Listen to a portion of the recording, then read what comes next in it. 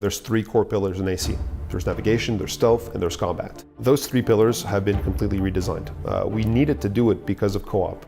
You know, I'm seeing your player needs to be synchronized with mine when we're fighting, when you're navigating. So that alone forced us to recode everything. So if we're recoding everything, might as well redesign it. We had a bunch of features we wanted to add, and we knew we wouldn't be able to use what Black Flag and all the previous Assassins had been using and building upon. It was really cool to come into the AC universe and learn what teams had done before, see why they did certain things, and then also think, well, I've always wanted to do this in an AC. How can we incorporate that? The major feature that we did was combine the climb system and the parkour system. So previously when you were on a climb wall, you were kind of stuck to that climb wall unless you ejected. Now we have transitions from climb directly into step, leap, dive, like all these different moves that as you're scaling a wall, you can just hold right trigger, push towards a beam, and he'll immediately do like a kick off the wall into that beam and continue running down the facade. So we redesigned parkour to be more fluid, to give you more freedom, to have more flow. And flow is the basis of fun. I think arguably flow is fun. Previous games you could only wall up if you were 90 degrees to the wall. So you used to see a lot of boxes or carts kind of stacked up next to the side of walls so you could step on those and then get into a parkour line. We've changed it so you can wall up at angles. So I could be running parallel to a wall, hit A, and he'll just scamper up the side of the wall and then keep on going from there. Running in previous AC games, a lot of time you would get sucked up into the wall run because you're always holding right trigger to run, and that was also your, hey, go up walls move. So you'd try to kind of skid by a corner of a building, and half the time you'd actually go up the wall instead, and that would end your chase or you'd lose the target. So we've added 2 new buttons onto the control mapping. We now have a right trigger and A, which is basically our go up button, and right trigger and B, which is our controlled descent. That allows you to go down, and then standard right trigger, which is like previous AC games. We got instant positive feedback on that from our initial playtests and from people in the building as well. So that was a win off the bat just by adding the new control scheme. Stealth is supposed to be one of the core pillars of, if not the core pillar of the brand, and it's something that we've always, we've struggled with issues of flow versus finesse. So you want to favor a character moving quickly through the universe. But what happens when you're trying to be sneaky, when you're trying to tail or follow a guard or whatever? The game is still trying to favor that navigation. So this is why we're trying to guess what the player wants, right? And whenever the design or the system tries to guess what the player wants to do, we often or sometimes get it wrong. This is why sometimes you're trying to tail a character and you snap on the wall because the system is favoring that flow for navigation. Well, we've added a stealth mode. So now if you actually want to have finesse, you get into that stealth mode, that crouch mode, and we know that that's what you want to do, so we're not guessing, which means we don't get it wrong. We kind of felt like the sense of being an assassin is being stealthy, like we always describe it like a blade in the crowd, or being hidden is an important part of the fantasy of being an assassin. And I think for most people, an assassin is not somebody that just runs and slashes at people and a swashbuckling guy. He's really like a covert operation guy that tries to just kill his target. For us, it really felt like, well, since we have to do everything from scratch, let's try focusing on that. Ever since AC1, this is always what we've been striving for. Sometimes we've been doing it better, sometimes not as well, because we've been trying different things. What we really worked on for AC Unity is redesigning stealth in a way where you could have that control back. What happens if you get detected? How can you vanish? If we want to focus on the stealth, we're going to kind of adapt the known tropes of the genre. We completely overhauled the way we do detection, the way guards spot you. You generate a last known position and the guards will come and investigate. They will talk, they will try to accuse people sometimes, and they will just, go off on tangents and try to find you. We always had, like in previous games, a system that tells the detection status of the NPCs toward you.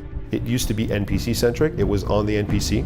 Now it's around the player, which means that if there's a guard that's spotting you, 10 feet away from you, but the back of the camera, you can actually see that somebody's spotting you, so it's less frustrating. It's an evolution of the ideas we had, but so far in playtest, the results are really good because I can turn around and I see, okay, that's the guy that sees me, then I can act upon it. One thing again that was really, really cool in AC1 was how we presented each target. The game is Assassin's Creed, you're an assassin, you work for the assassins. In this game, Arnaud is actually sanctioned by the assassins. You get missions and target kills from the assassins. So stalk your target to find out who the target is. That presentation that we used to do in AC1 that we lost a little bit along the way, I think is a really cool thing because you really get to see who your target is. As soon as we started investigating that direction, we felt like the game really took a direction that was fun, because you no longer just run to a setup, you really had to reach a rooftop, look over the situation, figure out the way to attack it, and then act on it. We wanted to give player more agency. We wanted to have players choose their paths, choose their approach, rather than have very scripted missions where what we want you to do is exactly what the mission designer envisioned in his mind. So to achieve this, we developed two major things. AMMs, adaptive mission mechanics, which are ways in which we can bend the rules and allow you to sort of do stuff that might not have been the first thing we picked for you to do, but that's fine. You know, a tail becomes a chase, becomes a locate, becomes, you know, a kill, whatever. And then we have our black box designs. I mean, black boxes are huge three-dimensional setups within a map. So we give you either a monument or a location in the city and tell you this is your sandbox, this is your playground. Now kill a target in there. And then we let you approach it any way you want. Philosophically, it's a lot more like AC1, although AC1 lacked a lot of the variety at a micro level to not make it repetitive. And this is something we've addressed. So hopefully we have sort of the perfect hybrid of both. When you reach a mission, try to look into different ways to attack it. Just don't pick the easiest way first, just look for opportunities around. Do you feel like there's a disconnect between the ideal way you want the game played versus how in the wild it's actually played? Well, that's why we had to make changes to the other systems like the fight. Actually it came out of that reflection. Like if we want players to play stealthily, we have to give them reasons why they have to. In terms of combat, make it more difficult, make it more challenging, because Assassin's Creed is not a combat game, it's a stealth game. So combat should be a fail state. I mean, combat should be something that happens when you get spotted, and when you resolve combat, you should re-disappear and start the stealth mechanic over again. This is something that we tried to do from the get-go, but we've never quite were able to do it, and hopefully I think we have something pretty solid here. Unity is about playing the game the way you want to play it. If you want to play the game like without stealth and fighting, you can do that. Practice, become better at combat, because our combat system, again, it's not that it's harder because it's frustrating. It's harder because it's deeper in terms of its mechanics. We knew kind of the feeling we wanted the players to get when he's fighting. It's more like a rock, paper, scissors feeling, or a face-off, like, well, I'm wondering what my enemy is going to do. It's based on a system where, you know, strike, dodge, parry. Depending on the enemy, different strategies are called. And that's why we kind of removed counter, because counter kind of felt like the move that allowed you to always win. I think the problem with the counter was actually the counter kills, because that basically by being defensive you could win the fights. We changed them into parries. It's a more active defense, but it doesn't mean that you'll kill the enemy. From the feedback we got in the playtest report is that they feel like the fight is a bit more complex and a bit more challenging, and they like that. So you have 4 different types of weapons. Basically you have one weapon you can carry around, one melee weapon. So depending on the types you choose, that will change a bit of how you behave in combat. For example, if you have a long weapon, it's going to be easier to trip enemies to the ground. If you have an axe, it's going to be easier to pull off heavy attacks, but you might be open, it might take longer to do just quick attacks. It needs mastery. Buy better equipment. Our weapons actually have stats now. Before, all the swords, all the weapons had the same stats. Now they actually have stats. Invest, buy a better weapon, buy better gear, and play the game as a fighter. You can do that.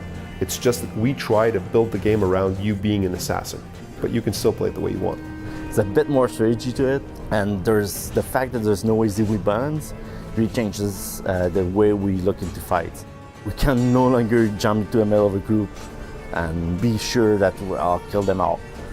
If you look at Assassin's Creed, I mean, we've always kept this heading, right? We've always tried to make games that don't necessarily respond to the industry trend in terms of choosing whether the game is harder or easier, or whether the game is more steered towards combat, because, I mean, combat games are selling better now. Like, we make the game that we want to make in terms of what the core pillars and the core meaning of the brand is.